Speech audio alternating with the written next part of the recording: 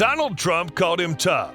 Rush Limbaugh read one of his articles live on his radio show. Ann Coulter tweeted that article to her 1.5 million followers and declared, "Every sentence is perfect." Ladies and gentlemen, your host, former chief editor of the Jewish Press, Elliot Resnick. Welcome to the Elliot Resnick Show, where we interview fighters and firebrands on the political and cultural battlefields. With us today is Rabbi Steven Pruzansky. He now lives in Israel, but served as head of Congregation B'nai Yeshurun in Teaneck, New Jersey for 25 years, from 1994 to 2020.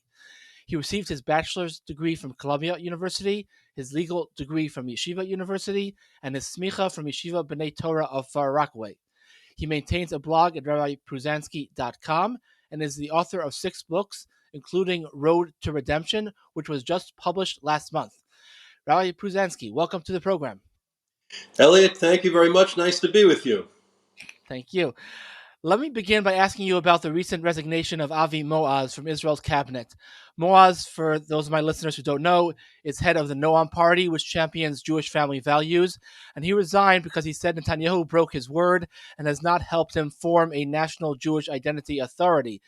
This authority, among other things, was supposed to ensure that mother and father appear on Israeli government forms rather than parent 1 and parent 2, as has been the case since 2020 in some divisions of the Israeli government, if I'm not mistaken. By the way, I don't think even the American government forms say parent 1 and parent 2, so Israel seems to be taking the lead on this, unfortunately. In any event, what do you make of this resignation, and does it tell us anything about support for preserving Jewish values in Israel? Avi Maoz is not the first minister or deputy minister lied to by Benjamin Netanyahu. He has a history of governance in a way that leaves a lot of enemies in its tracks, which is one reason why he's suffering today, all this opposition. He resigned on principle when he realized that he is now in an assignment without authority. And as a deputy minister, he was not allowed to propose bills in the Knesset. So he was basically hamstrung. So now he remains part of the coalition, and he'll be able to introduce bills in the Knesset, including reversing this decision by the health minister in the last government. Nitzan Horowitz was a homosexual, and he wants to further their agenda.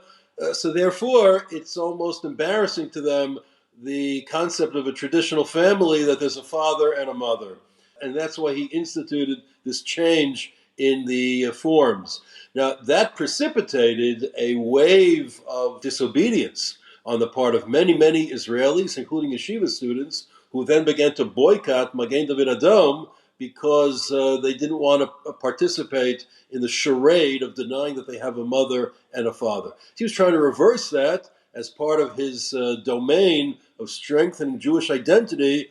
But again, with Netanyahu, the pattern has always been that he speaks very nicely, very eloquently, and it could be that his heart is even in the right place. But when it comes actually to implementing policies that will further a traditional ideology, from that he generally demurs in the hope of somehow maintaining his coalition and power, but not accomplishing what he really was elected to do. Horowitz is the Attorney General of Israel? No, Horowitz was the previous health minister under the Bennett-Lapid government.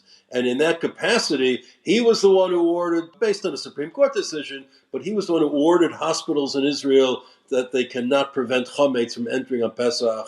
And he's the one who extended additional rights and privileges and showered the Rainbow Coalition of groups, LGBT, etc., with money. And one of the things that he did was also change the form in Magen David Adom, Israel's Red Cross, that those who are donating blood or otherwise involved in government activities, they can no longer write who their mother is and who their father is, but just number their parents 1 and 2. I think the Justice Ministry also changed their forms, if I'm not mistaken, no? It could very well be. I don't know, but for the sake of conformity, they would. But it's preposterous on its face. A person has a mother, a person has a father. Right. And also, I mean, I can't imagine, with all of its problems, Israel is a traditional country, more traditional than your average country. I'd imagine probably 70 to 80%, if not more than that, I'm giving a very low number, it might even be 90 or 95%, would say that no, mother and father actually should be on these forms, not parent one and parent two. So when you have such a Right. So I'm speculating now, but that could be part of his motivation in resigning. He can introduce now a bill in the Knesset to change the forms back to the way they were originally. And this way the coalition can vote on it. And they should attract members of the opposition also. Right. Am I correct, though, in saying that your average Israeli, whether religious or not, is kind of traditionally minded? Yes, I would think so. The number of diehard secular Israelis, non believers in God, is probably less than 10%. Interesting. And I guess, like in America, even though you're saying it's less than 10%, but they have an outsized influence because of their positions in academia and media, etc. Yes, and the judicial system. Very sad. All right. For the first time in decades, some right-wing politicians in Israel are suggesting amending the law of return so that Jew is clearly defined as halachic Jew. Had this law been amended years ago, Israel wouldn't have 500,000 Russian non-Jews in its midst today, which has created a major intermarriage problem in Israel. As you pointed out in recent blog posts, more than half of the governing Knesset coalition today is observant. These Knesset members, in other words, can force Netanyahu to change the law of return if they want to. So first of all, will they? And if they're inclined not to, what can the average Jew in Israel and here in America do to pressure them to do so? So let's be clear that the proposed amendment does not conform to halacha. The proposal is actually to get rid of the grandfather clause, which means that someone who had one Jewish grandfather, that even if that grandfather's children were not Jewish, and thus their grandchildren are not Jewish, those grandchildren still have the right to come to Israel as Jews and bring in extended family members as well. And that has proliferated the number of non-Jews in Israel. To conform to halacha, of course, a law of return would state that one is eligible for automatic citizenship as a Jew if one is born of a Jewish mother or is converted according to halacha. But that's not what the proposal says. The proposal actually gets rid of the grandfather clause, but still retains the notion of a Jewish father enabling his children to come to Israel as Jews. So we're not yet on the level of admitting halachic Jews only, but nonetheless, it's a great step forward because many of the people coming from Ukraine and Russia in the last few years, the last year, the percentage of Gentiles is around 70%. You're talking tens of thousands of people, and it adds up, and it does dilute the Jewish character of the state. And I don't doubt that all the pressures that we have in the last 2 decades, even 3 decades, to halt the public observance of Shabbat and have public transportation on Shabbat, etc., that's coming about because of the influence of hundreds of thousands of Gentiles who really don't want to be Jewish. They want to be Israelis to a great extent, but they don't want to be Jewish. Many of them pray in the Russian Orthodox Church. Their number has grown tenfold in the last 20 years. So if we want to have a Jewish state, the only one on the planet, we have to ensure that those coming in are primarily Jews, period. But here we have the absurdity. I noted in an article last year, President Duda of Poland is married to a woman whose grandfather was Jewish. All right? So that would mean that grandfather's children who are non-Jews could come. President Duda and his wife could come to Israel as Jews. Their child could come as a Jew. And then her husband could come. And before you know it, within a few decades, we're no longer a Jewish state. We're a state of all the nations. And that's not what we bargained for. That's not what we've sacrificed tens of thousands of lives to sustain. And the reason why it's done, by the way, is because there's a growing demographic imbalance in Israel, as you see from the election results. The right-wing, traditional, religious Haredi population is growing in Israel. The left-wing, secular Ashkenazi population is diminishing in Israel. So one way the latter is able to boost their numbers is by increasing the number of Gentiles that they bring in, who obviously are not interested in having a traditional Jewish state. What are the hopes of the more traditionally minded and the religious minded Knesset members pushing this through? And what can we do to pressure them to do the right thing? So they're getting a lot of pressure from American Jewish groups, even though, by the way, your listeners should know that less than 3% of American Olim apply to Israel under the grandfather clause. 97% don't. In Russia, Ukraine, it's the exact opposite. You have a great majority applying under the grandfather clause. So it doesn't really affect the average American Jew directly. And an American Jew who intermarries is doing it willfully. No one's pressuring him to do it. So if you're asking me, if someone has a grandchild in America who's not Jewish, I would say, yeah, it's very sad, but they, their father, their grandfather, opted out of the Jewish people by intermarrying. So that's the price you pay.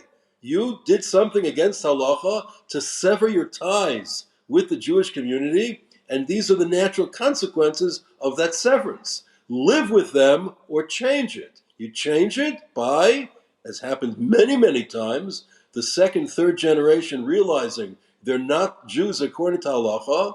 They want to be part of the Jewish people, and so they convert according to halacha, and then they're welcomed back in the fold. But to have it endlessly pushed down the road and promoted, why not a great grandfather clause? Why not a great great great grandfather clause? At a certain point, you reach what I like to call the ancestry.com Jews. Is there anything your average From Jew in America could do? Do parties in Israel respond to emails from Jews in America, or not really? You can pressure your congressman and your president to butt out. Let's say it in a nicer way. In other words, how Israel defines its rules of citizenship is up to Israel. It's not open to America. If America wants to open up its southern border to millions of illegal aliens, so that's their choice, that's their right. But don't tell Israelis how we should open up our borders to the rest of the world. America is a non-denominational country. Israel is not. It's a Jewish state, and therefore the parameters of Israeli citizenship have to be in line with what will further the interests and objectives of having a Jewish state. The whole situation is really so frustrating because, as you point out, the religious parties are not even asking for what they really should be asking for. And I have many family ties to Lubavitch, and the Lubavitcher Rebbe was speaking about this very strenuously and passionately. But he spoke about this in the 1970s, when the chance of the religious people doing anything was actually fairly small. Today, they have so much more power, and yet they still don't do anything. And you hear very few people talking about it, even very few Lubavitchers talking about it. So the whole situation is really just so frustrating. Right. So the bill will be proposed. The main obstacle to it now is the constant threats of American Jewish leadership that this will cause an irreversible, irreconcilable rift with American Jewry. And look, it's something to be considered. We don't want to turn off Jews from supporting Israel, but let's be frank. The support of Israel by the Reform movement in the last 2 decades has dwindled almost to non-existent. It basically allies itself with either our enemies outright or those who don't really have Israel's interests at heart. They're among the groups that pressure Israel to make it less Jewish and to make concessions to the Arabs and to surrender land. It's been a very long time since any element of the Reform movement was, shall I say, progressive enough that they support the Israeli government in trying to retain our possession over the patrimony that God gave us and to make the state more Jewish. So they've been essentially a negative and hostile force to the continuation of Israel as a Jewish state. So I don't know what rift they're talking about, but I will say, and I do believe this, that the average Reform Jew in America has a love for Israel and the state of Israel, and it's the leadership, which is very, very politicized and allied with the left. They're the ones who are pushing this agenda.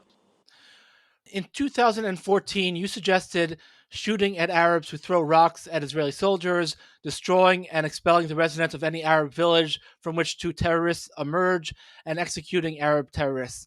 You and I and everyone normal knows how to end this interminable Arab war against Israel. You end it the same way you end any schoolyard fight against a bully, by pummeling the bully. A better long-term solution might be to expel the Arabs from Israel, a solution that, it's not well known, but it's still a fact, was favored by President Herbert Hoover, President Franklin Delano Roosevelt, and at least at one point by Prime Minister David Ben-Gurion as well. According to a Pew Research Center poll, nearly half of Israel's population favors this solution. Now, even if this poll is wildly off, and it's hard to believe it would be because Pew Research Center is pretty good at what they do, but supposing it's off by like 25 points. So we're still left with a quarter of Israel's population that supports this solution, which is a huge percentage. And yet, if you even suggest kicking the Arabs out of Israel, you're banned from running from Knesset, and anyone who suggests fighting the Palestinian Arabs the same way America fought against the Japanese in World War II will be portrayed as a monster. How do you see this war ending? Will Arabs be killing Jews in Israel every year for the rest of our lives? Will Israel's leadership ever wake up? And what can we do to help it wake up? Yeah, sad to say, I don't see any permanent end to the conflict on the horizon in the near future, absent Mashiach coming. The problem we're suffering from, I'll tell you in a concise soundbite of 7 words: Kahana was right and Rabin was wrong. Now let me explain. Kahana was right in that you're not going to have any situation in which a sizable Arab community lives alongside Israel in peace. It's not going to happen. They're absolutists. They've been trained since they emerged into this world that this land is theirs. It's Islamic holy land. Jews can only live here, if at all, as second-class citizens, and therefore the majority of the population will never reconcile themselves to Israeli sovereignty, even though it's better for them. They know that. That's why they don't leave. On the other hand, it's ingrained in them that the Jews really have no right, and Jews are the devil and the enemy and must be fought until all eternity.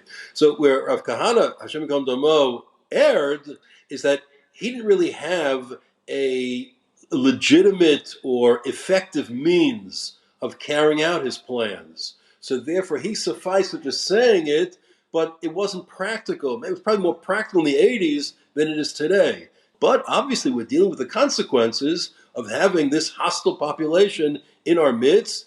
And, they don't care. Their civilians go out and kill our civilians, and we don't recognize that it's a war. It's a war not of armies, it's a war of civilians, and therefore our civilians are hamstrung and their civilians are celebrated.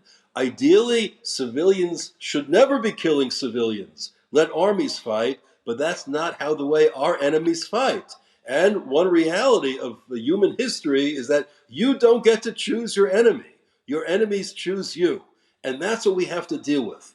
So Kahana was right in the big sense. How to implement it, so that was never his forte, and therefore the ideas languish and now have been branded as racist, and we're dealing with those consequences. Conversely, Rabin was wrong. Wrong in the most immediate sense that you don't bring your enemy into your midst, give them sovereignty and weapons, and hope for the best, which basically was his policy, and that was the catastrophe of Oslo. We brought this on ourselves. We brought the enemy into our heartland. We gave them weapons. As Rabin said, you give them weapons, they'll use it against their own people in order to ensure there's no terror. Yeah, great, sure, great theory, Mr. Security, but the fact is he was wrong, dead wrong, and thousands of Israelis have paid the price for that, and that to me is Moreshet Rabin. His legacy is you can't drive on Route 60 without fear of being shot. Can we reverse the consequences of Kahana being right and Rabin being wrong? I don't know. In the short term, there's no will on the population, understandably so, to carry out Kahana's plans. There is a will to reverse Rabin's legacy, but nobody really knows how to do it because the Arabs are entrenched where they are. I think the only way to do it really is to make life here so difficult for them that they want to leave.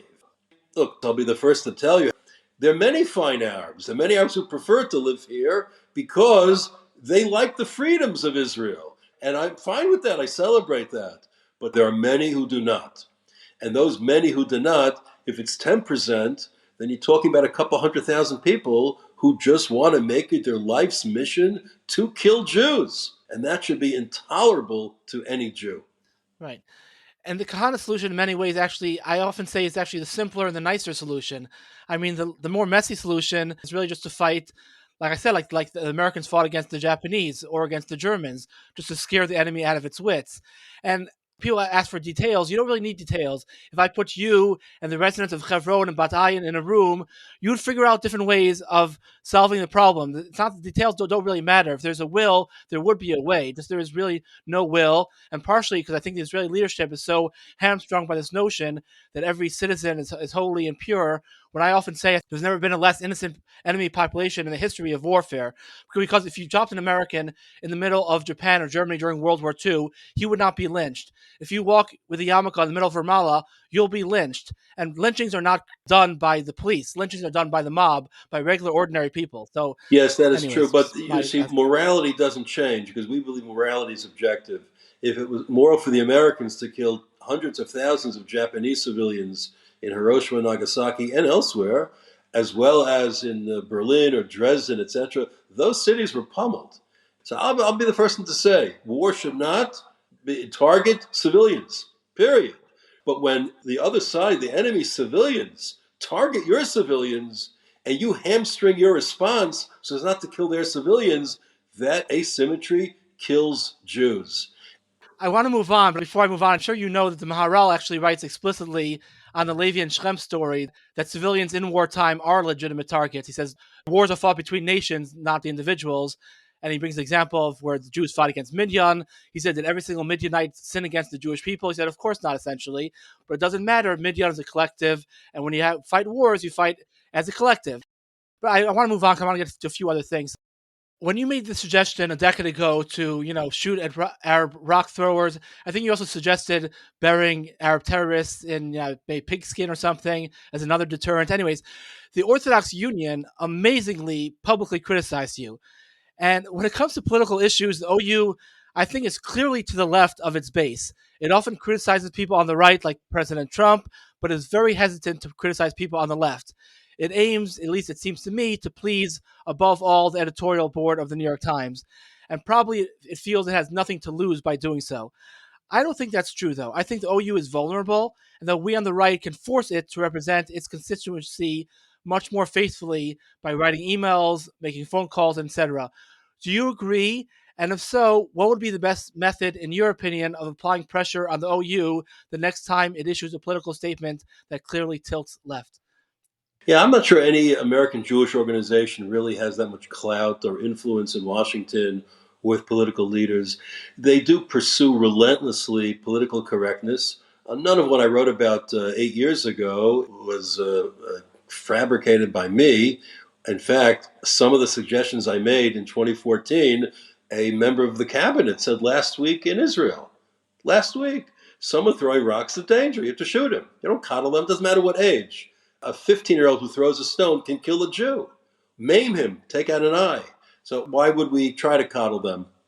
And the Pigstons go back to World War II and the British and how they dealt with Arabs. So none of it is new. Taken together, you need some effective means of dealing with an enemy that's both ruthless and uncivilized. By the way, I don't understand, and every government threatens they're going to change it, never does. Why is it that Hadar Golden's body and our own shul bodies are still in Gaza? And when we have to kill terrorists, we release the body to the family within a day or two. Why is that? Why do we have that asymmetry? That's not right. Look, I understand part of the reason from a geopolitical perspective. In fact, Netanyahu's primary approach to governance has always been sheket. Let's do what we can to ensure that there's quiet. So if pressuring Gaza is going to bring rockets, that's going to upset the quiet. If holding on to their bodies, even though they hold on to our bodies, is going to produce rockets and riots, sheket is better. So that's always been his policy because nobody likes riots in the streets and no one wants rockets from Gaza. But nonetheless, you reach a tipping point at which you stop being a sovereign nation and stop protecting your own interests, and the lives of your people become secondary to the lives of the enemy. And that's inherently immoral. So in terms of pressuring the OU, I mean, or RCA, or any of the alphabet soup Jewish organization, look, no one's going to stop buying M&Ms. So a boycott of the OU is not going to work. But I'm not sure they really carry any sway. You know, when organizations issue statements condemning terror in Israel, and now I saw condemning the settlers who went on a rampage in Huwara, it's as if they're trying to make a record in some court of public opinion. Does it influence anyone in Israel? I mean, no one that I know, and even the people I don't know, they wouldn't be impressed by. What does it really matter? It's just something for public consumption. And yeah, you're going to ask me if a Jewish organization would come out and say, yes, we have to treat the Arabs with a strong hand, will they be invited to the White House Hanukkah party? No. Will they be able to advance their own legislative initiatives? No. Will they be covered in the famous newspapers, the liberal newspapers of the day? No.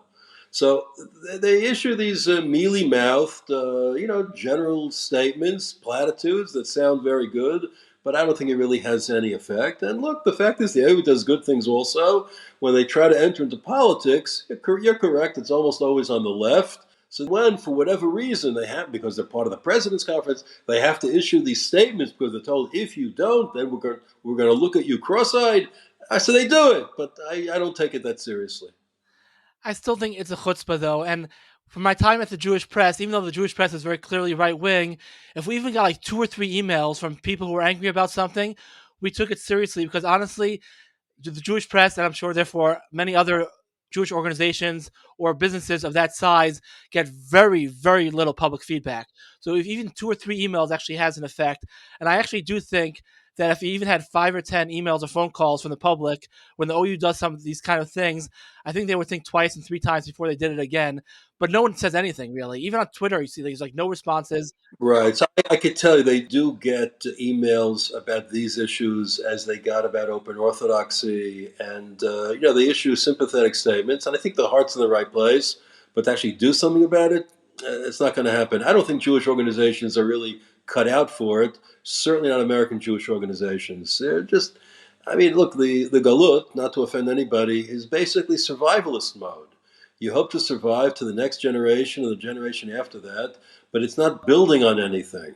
The real building, the real growth is in the land of Israel.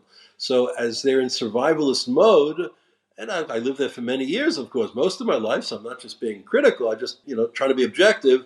In survivalist mode, you have to choose the causes. So they focus on bringing kosher food to people, and hence the SY organization, Yachad, bringing Jewish values and service and culture. But in the political realm, look, what is there, not just the OU, but the obsession of many American Orthodox Jewish organizations now for, I don't know, decades, to approve tuition tax credits to relieve the tuition burden in yeshiva education.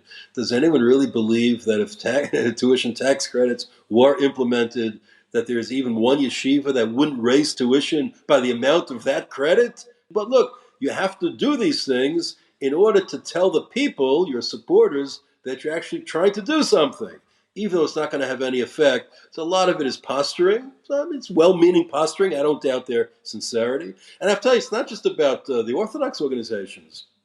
I was in America in the rabbinate long enough and involved for a time in Federation, AIPAC, etc., to tell you that I think almost everyone that I met in organizational leadership in America, even in the non-Orthodox world, is very sincere. They're often clueless, but they're very sincere about what they're trying to accomplish. And they love the Jewish people also. They don't know what's good for the Jewish people, but they do love the Jewish people. They do love Israel in a certain way. So they just don't know what to do, all right? So maybe the Orthodox should know what to do, and they should speak out more forcefully and more coherently, but the reality is their main focus is on other issues. Yeah, well, I would say at the very least, keep silent then. Stick to kosher and stick to the other things. Don't wade in on politics. But anyways, that would be my 1 point. So you should know, because I was involved in this for many years. The dominant force in any Jewish organization is inertia. The easiest thing is to not say something. Let someone else say it. That's why there's a rabbinic organization, I won't mention which it is. They're always responding late to any case or controversy. Late. After it's gone from the news cycle, they issue a statement either condemning or supporting, but it's totally irrelevant to the reality of the moment because the moment has passed. So therefore, what changes the inertia? If they'll get calls from 2, 3, 4 major donors or rabbis or other leaders saying, how could you not have denounced this? How could you not have supported this? Then they'll issue the statement that's supportive of on the left. You're right. They're not going to criticize Biden. They were quick to criticize Trump. They did praise Trump on occasion also when it was part of their agenda. Praising Biden, of course, for doing the obvious is par for the course. Are they going to criticize him? Probably not, because then they will not be invited to the Hanukkah party. And, that's a terrible price to pay. Before we continue, if you have a business or a service that you would like to advertise to the passionate right-wing listeners of the Elliot Resnick Show, in this very spot, smack in the middle of our weekly interview, please contact me via email, editor@1versus450.com. Again, that's editor@1vs450.com. Alternatively, you can message me on Facebook or Twitter. Okay, I have 1.5 questions left. I want to ask you about modern orthodoxy because you recently criticized modern Orthodox Jews for shying away from any Torah obligation or any Torah value that's politically incorrect. And you asked, do the modern Orthodox have anything more compelling to share in the marketplace of ideas and values other than let's just all get along? And then you continued and you said, if not, then it's hard to see how or even why it should survive, it being modern Orthodoxy. Can you elaborate on these comments? I mean, it's multifaceted, of course, because modern Orthodoxy is declining in number, with a certain percentage becoming more religious, even Haredi, Neo-Hasidic, a certain percentage dropping out, and a percentage that's in the middle that just tries to transmit from one generation to the next those values. At its core, it has a product to sell. And I'll just quote Rav Rakeffet in this context. What is modern Orthodoxy but to be a Torah Jew in a Western milieu? That's what it is. But I think what modern Orthodoxy does in its desire not to shut out the modern culture is that they embrace it as a value. And that's where they go wrong. Embracing it as a value. Look, I like entertainment also, but I don't get my values from entertainment. Nor do I necessarily think that because a particular actor, actress, writer, producer, director, politician says that the values of society have now officially changed and we must embrace what's been immoral, even depraved, for thousands of years and is against the Torah. And now somehow we have to manipulate the Torah in order to accept that, or we are bad, immoral people. So that's why I think they've gone off the rails a little. And they should have a little self-confidence in the product that they have. Because if all modern Orthodoxy is the embrace of modern culture and Western values while retaining the ritual aspects of Judaism, that is very hard to transmit to children. It's the value system which is going to produce the adherence and embrace of mitzvot. It's not the slavish following of the ideas and principles of the political or religious left or the modern secular atheistic left. That's not going to sustain Jewish life. And that goes back, I think, almost a decade that I wrote a column, I think it was in the Jewish press, called The Rise of the Orthoprax. The Orthoprax meaning those who practice mitzvot, but they don't really believe that the Torah is divine or true or mandatory or that its values have anything to say to religious Jews or to young Jews. So I think that's where they have gone awry. And this goes back almost 10 years, if not more, that I wrote that. I'll tell you the context was so vivid to me. People were complaining that the New York Jets home opener was on Kol Nidre night. All right, how could it be? Even Orthodox Jews complain. And I'm saying, what are they talking about? Yom Kippurim is coming. That's real. That's the Yom Adin. That's the Day of Judgment for Jews. And you're bothered that you can't watch a football game? Like, what is that all about? It just didn't register with me. And that's what I realized. It's a movement. You take that, or it's at least a substantial part of the modern Orthodox movement. So you take that perspective on life and then transform it or project it onto other areas of morality, culture, law, politics, etc., Then you have a movement that is really wandering about, trying to find its way, and not really able to have a coherent message that the next generation is going to accept. The best product that exists in the universe is the Torah that God gave us. God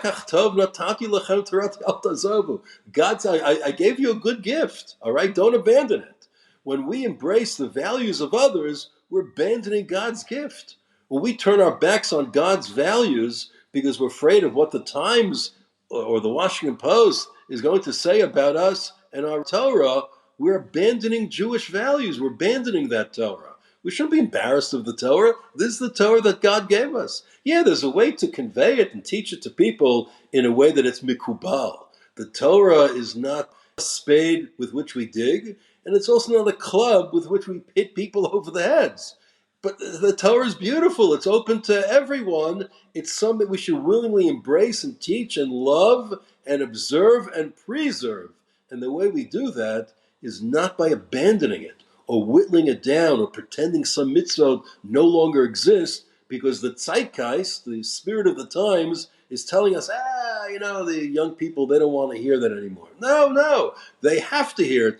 Right. And young people also are very much attracted to conviction. I mean, that's why, leaving outside Judaism, I mean, Ayn Rand is still super popular among people till today.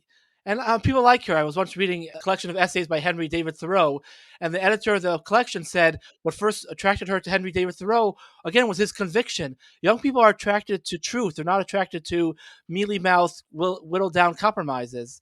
So, That's what it is. That's what it is. Ayn Rand, her books were too long for me, but nonetheless, she has support. Her ideas, I'm familiar with her ideas. yeah, no, she's a Her little personal strange. life was also in a little disarray.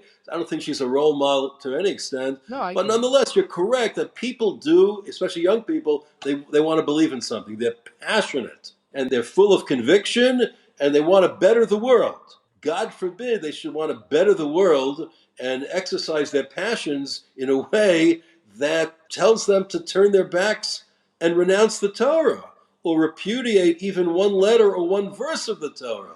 That should not be. And Okay, we have the means to make sure it's not, as long as we're honest with them and ourselves. the last question is about you. I've heard people say over the years that successful American rabbis who move to Israel are often disappointed in that they expect to have as great an impact in Israel as they did in America, and yet they rarely do. You were a highly successful American rabbi who moved to Israel. What has your experience been like? To me, it's been absolutely wonderful. I have no complaints, but then again, it's my personality. Because I have no expectations of anyone. I'm very hard to disappoint. I don't get irritated in many things, but my personal experience has been only blissful. What can I say? Well, my children live here now. All my grandchildren live here. I'm looking at my window now at the mountains of Binyamin. Beautiful sight. The sun is in the other direction, so you see the shadows here. It's just a beautiful land that God gave us as the tableau on which we're going to implement the Torah state. So I've been only, thank God, successful. I do the same thing I did in America. I teach, I speak, I write, I lecture, and I don't have a balabatim. Not that I minded having balabatim, it was wonderful, but now I just get to teach Torah and address ideas, and thank God there's a receptive audience for it. I'm published routinely in some of the organs here, so people respond to it. People walk up to me in the street here where I live in Shul, and I just read this, just heard that, and you could have an influence. You'll be surprised, by the way, how easy it is to influence the society. I just wrote something 2 weeks ago, and the editor called me and said, get someone to translate this into Hebrew, because the Israelis need to hear this, not just the Anglos. So I've had articles that I wrote myself in Hebrew. I give shiurim, and I speak in Hebrew also here, in addition to English. So you have to be willing, I think, especially when it's important for American rabbis, to be part of the society. All right, I don't live in a purely Anglo-Jewish world. If you do that, then you're really limited and no one pays any attention to you. The fact is, I live in a mixed community, both religious and secular, and Anglos and Israelis. I have to tell you, very few of the Israelis know even a single controversy of my past. And they just take me as I am. They know I'm right wing because they read about me in the paper. But to me, it's been like a a new world, a refreshing world. Yes, certainly aspects of American Jewish life and where I lived for so many years, 26 years in Teaneck, New Jersey, that I miss. I mean, at the top of the list, of course, are the members of my old shul, B'nai Yeshurun. There's no doubt about that. But in terms of being able to teach Torah and spread God's ideas and try to influence society, I think a rabbi has to be very focused on what he wants to accomplish. Expectations have to be different as well. You don't have a shul, you don't have a given forum. And for the most part, American rabbis who become pulpit rabbis, there are notable exceptions, but American rabbis who become pulpit rabbis of Israelis are usually not that successful. So you have to find other avenues for the expression or transmission of one's Torah ideas. And thank God I found that. So to me, it's been the greatest blessing. You teach in your local shul, or where do you teach? Local shul, a yeshiva here, there's a kollel here. I have a series that I give also on Zoom for an American audience that you get access it through either my WhatsApp or my website. All the shiurim are there. On YU Torah as well, the shiurim are put out. So yeah, I'm all over. I'm invited constantly. So thank God, it's all good. And your website, rabbipruzanski.com. RabbiPruzanski.com, correct. Yeah. All right, perfect. Thank you so very much for your time. I really appreciate it. Elliot, it's good to see you again. It's good to talk to you again. Hope to see you next time on this side of the pond. All right, that does it for us. If you like this show, please consider subscribing to it and leaving a generous rating and comment on Apple Podcasts. If you'd like to read Rabbi Pruzansky's new book about Pesach, look at the episode description where you'll find a link to it. Stay tuned for next week's episode, as well as a special announcement on Monday. Have a great day or night, depending on when you're listening to this episode.